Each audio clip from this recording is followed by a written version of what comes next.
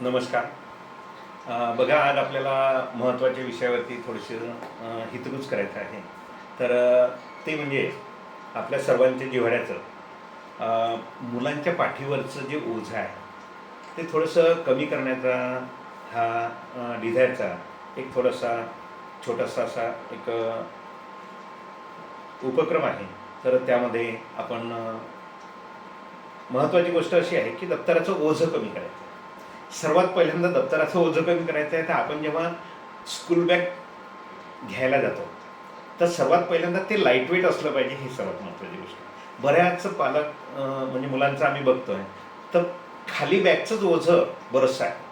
तर कृपा करून ते किती अट्रॅक्टिव्ह आहे यापेक्षा त्याचं वजन किती कमी आहे आणि ते कसं सुटेबल आहे मुलांसाठी, तर दिसण्यापेक्षा ते म्हणजे याकडे वेट कसं कमी असेल याकडे सर्वात पहिल्यांदा पालकांनी ते बघावं, अशी मी विनंती करतो की त्यांनी एक तशा पद्धतीची स्कूल बॅग ही निवडावी. ती आधीच वजनदार असावी असं असू नये. नंबर 2, डिझायरमध्ये जे काही 5वीच्या संदर्भात मी सांगू इच्छितो की एक नोटबुक जे आहेत, तर सर्वप्रथम नोटबुक आपण खूप 3 क्वायरचे असे रजिस्टर घेऊन मुलांना देऊ नये. तर नोटबुक घ्यायचे आहेत, लाईटवेट घ्यायचे आहेत आणि ते सुद्धा पुठ्ठ्यावाले घेऊ नका. वरचं जे पुठ्ठा आहे तर हा पुठ्ठा कागदी पुठ्ठ्यापेक्षा एक लाईटवेट कागदी त्याचं कव्हर असावं असे तुम्ही रजिस्टर घेऊ शकता. 2 क्वायरपेक्षा जास्तीचे मोठे घेऊ नका. नोटबुकसुद्धा 100-150 पेजेसचे घ्या आणि मात्र त्या जे नोटबुक आहे त्याचं जे पेजेस आहेत तर ते पान हलक्या प्रतीचं न घेता थोडंसं चांगल्या क्वालिटीचं जर घेतलं तर काय असते की एका साईडनं विद्यार्थी लिहितो आणि पानाची प्रत जर हलकी असेल तर बॅक साईडनं ते उमटते. त्यामुळे दुसऱ्या पेजवर बॅक साईडनं तो लिहू शकत नाही विद्यार्थी. म्हणून कागदाची क्वालिटी ही चांगली असावी असं नोटबुक आपल्याला निवडायचं आहे. आणि नोटबुक कमी करायचे आहेत, तर यामध्ये आता समजा सपोज 5वीला या ठिकाणी 5 विषय आहेत, तर त्यामध्ये इंग्लिश आणि मराठी एकच नोटबुक करायचं आहे आपल्याला आणि अर्धं मराठीसाठी अर्धं इंग्लिशसाठी. ते भरल्यानंतर लगेच दुसरं करता येईल. हे घरी ठेवायचं आहे, दुसरं आणायचं आहे. तसंच सायन्स आणि इंटेलिजन्स या दोन्ही मिळून एक नोटबुक. अर्धं नोटबुक इंटेलिजन्ससाठी, अर्धं नोटबुक सायन्ससाठी. आणि तिसरं जे नोटबुक आहे ते मॅथ्ससाठी स्वतंत्र ठेवायचं आहे. आणि कोणत्याही नोटबुक म्हणजे 2 क्वायरपेक्षा मोठं ठेवू नका. त्यानंतर नोटबुक असेल तर 150 पेजेसचं नोटबुक, 100 पेजेसचं नोटबुक घ्या. खूप 200 पेजेसपेक्षा किंवा 150 पेजेसपेक्षा जास्त ठेवण्याचा प्रयत्न करू नका. म्हणजे जेणेकरून आता विद्यार्थ्याला या ठिकाणी 3च नोटबुक आणायचं काम आहे. सब्जेक्ट 5 आहे, मॅथ्ससाठी स्वतंत्र आहे, बाकी 2 विषयासाठी 2 मिळून 1 आहे.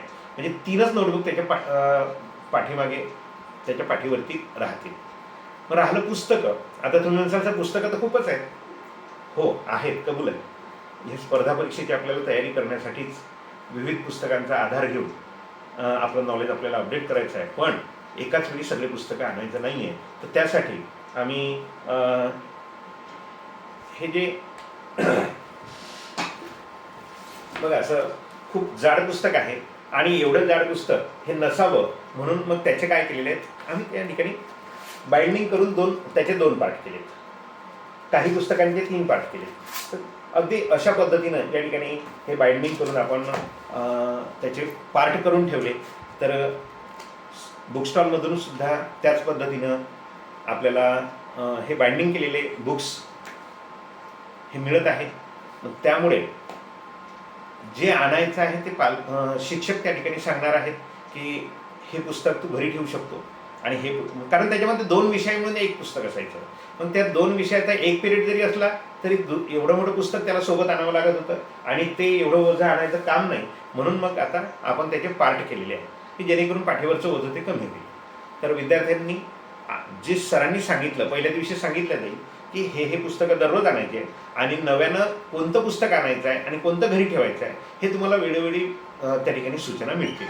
तर त्या आपल्याला फॉलो करायच्या आहेत आणि त्याच पद्धतीने आपण पुस्तकं हे सोबत आणायचे. सोबत त्या ठिकाणी हे जे दप्तराचे ओझं कमी करत असताना हे बाइंडिंग वगैरे 5वीच्या व्यतिरिक्त वर्गांची जी पुस्तकं आहेत, तर मुलांना सूचना दिलेल्या आहेत की तुम्ही हे तुमचं जे बुक्स आहे हे तुम्ही कुठूनही बाहेरून तुम्ही बाइंडिंग करून घेऊ शकता. 1चे 2 करा, 3 करा.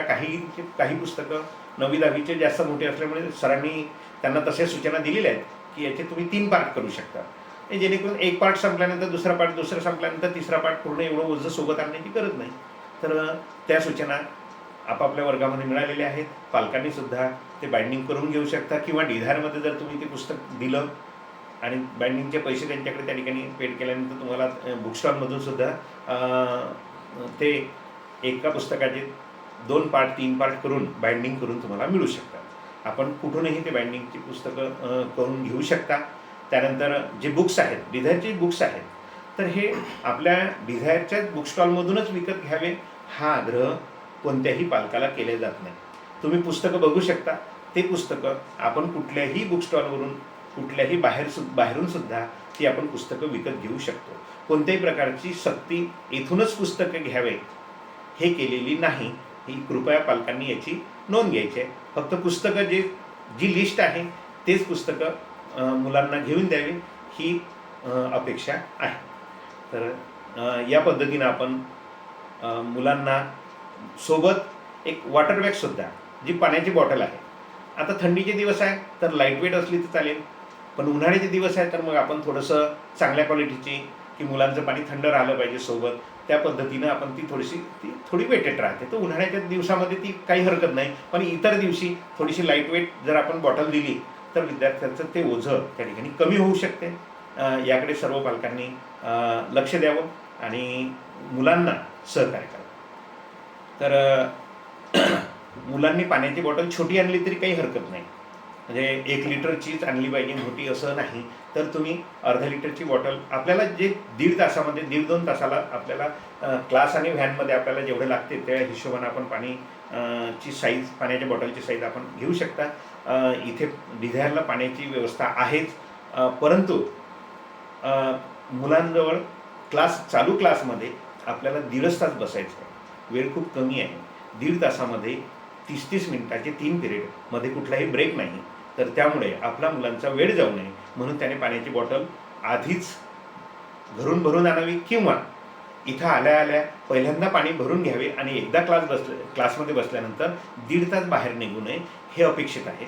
फारच इमर्जन्सी असेल बाथरूमला जाण्याचं तरच, खूपच इमर्जन्सी असेल तर आपण जावं.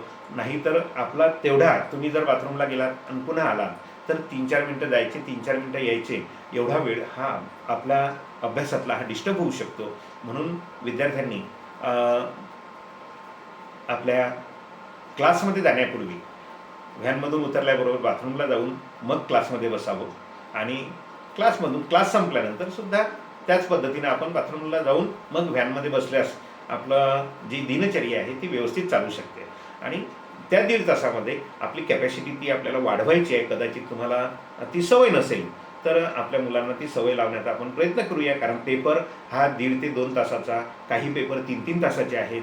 तर या पेपरमध्ये आपण जर कॉम्पिटिशन खूप आहे, बाथरूमला जाणे आणि बाथरूमला येणे पेपर चालू असताना ह्या जर गोष्टी घडल्या तर आपले 4 मिनटं जायचे, 4 मिनटं यायचे, 8 मिनटं म्हणजे 8 मिनटात आपले 8 प्रश्न जाऊ शकतात. इतर विद्यार्थ्यांच्या मानानं आपण 8 प्रश्न मागे पडलो आज, म्हणजे तेवढे आपला कट ऑफ हा आपण खाली येऊ. आपण त्या मार्कांमध्ये, म्हणजे एवढी केलेली मेहनत फक्त या गोष्टीमुळे आपला स्कोअर कमी येऊ शकतो. मग हा काही एका दिवसाची गोष्ट नाही आहे. म्हणून डिझायरमध्ये क्लासमध्ये सुरू असताना वर्षभर ही सवय करण्याचा प्रयत्न करा की सर मला 1.5 तास नाही, मला तर अर्ध्या तासानं जावंच लागते. ठीक आहे, आज अर्ध्या तासानं, परंतु 2-4 दिवसामध्ये तू पाऊण तासानं जर तुला, म्हणजे तेवढं तुला कॅपॅसिटी करता आली तर खूप चांगलं होईल. असं करत करत 1.5 तास आपला जो क्लास असतो तर त्या क्लासमध्ये मध्ये उठण्याचं काम करू नये. यासाठी खूपच मेडिकली काही प्रॉब्लेम असेल तर त्या विद्यार्थ्यांना नक्कीच जावं. कधी असं वारंवार काही मुलं यामध्ये एक गोष्ट करतात की पिरियड बदलला, पहिला पिरियड संपला की दुसऱ्या पिरियडला दुसरे टीचर तिथे आता आल्या नोटबुक पाहतील.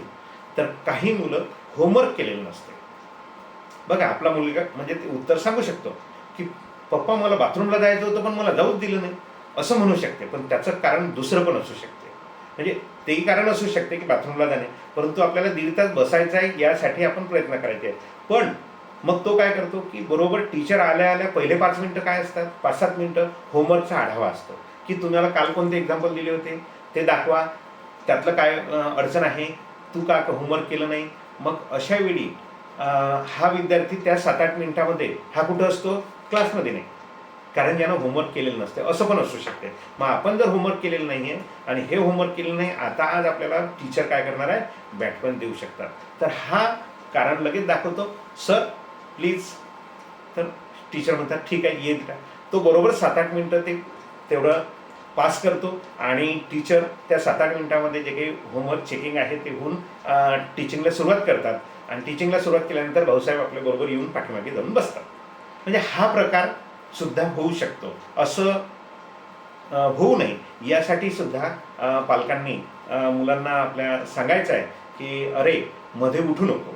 कारण कधी कधी त्याला सुट्टी नाही दिली तर त्याची पंचायत होऊ शकते. तर हे खरंच त्याला मेडिकली प्रॉब्लेम आहे का, हे याबद्दल जर हितगुज केलं तर अधिक चांगलं होईल. बॅच टीचरशी तुम्ही त्या गोष्टी बोलू शकता. कारण वारंवार बरोबर अर्ध्या अर्ध्या तासानं जाणे आणि होमवर्कची वही दाखवायचं काम नाही, बरोबर त्या टायमिंगमध्ये. आणि एकदा टीचिंग सुरू झाल्यानंतर मग तो टॉपिक संपवायचा असते. तर त्यासाठी मुलांनी म्हणजे पाणी पिण्याचं नियोजन आणि बाथरूमला जाण्याचं नियोजन हे जरूर करावं. यासाठी पालकांनी आपल्या मुलांना ते तेवढं हा व्हिडिओ त्यांना जरूर दाखवा. अशी गोष्ट असू शकते, त्यावरती जाणीवपूर्वक लक्ष द्या. म्हणजे जेणेकरून आपल्या मुलाचं जे नोटबुक आहे, होमवर्क आहे किंवा एखादा कठीण प्रश्न आहे तो टीचर त्या ठिकाणी समजून सांगतात कालच्या होमवर्कमधला, आणि त्यावेळेस हा उपस्थित त्या ठिकाणी राहू शकत नाही, तो असतो बाथरूममध्ये. तर असं होऊ शकते, त्यावरती आपण लक्ष ठेवा. ठीक.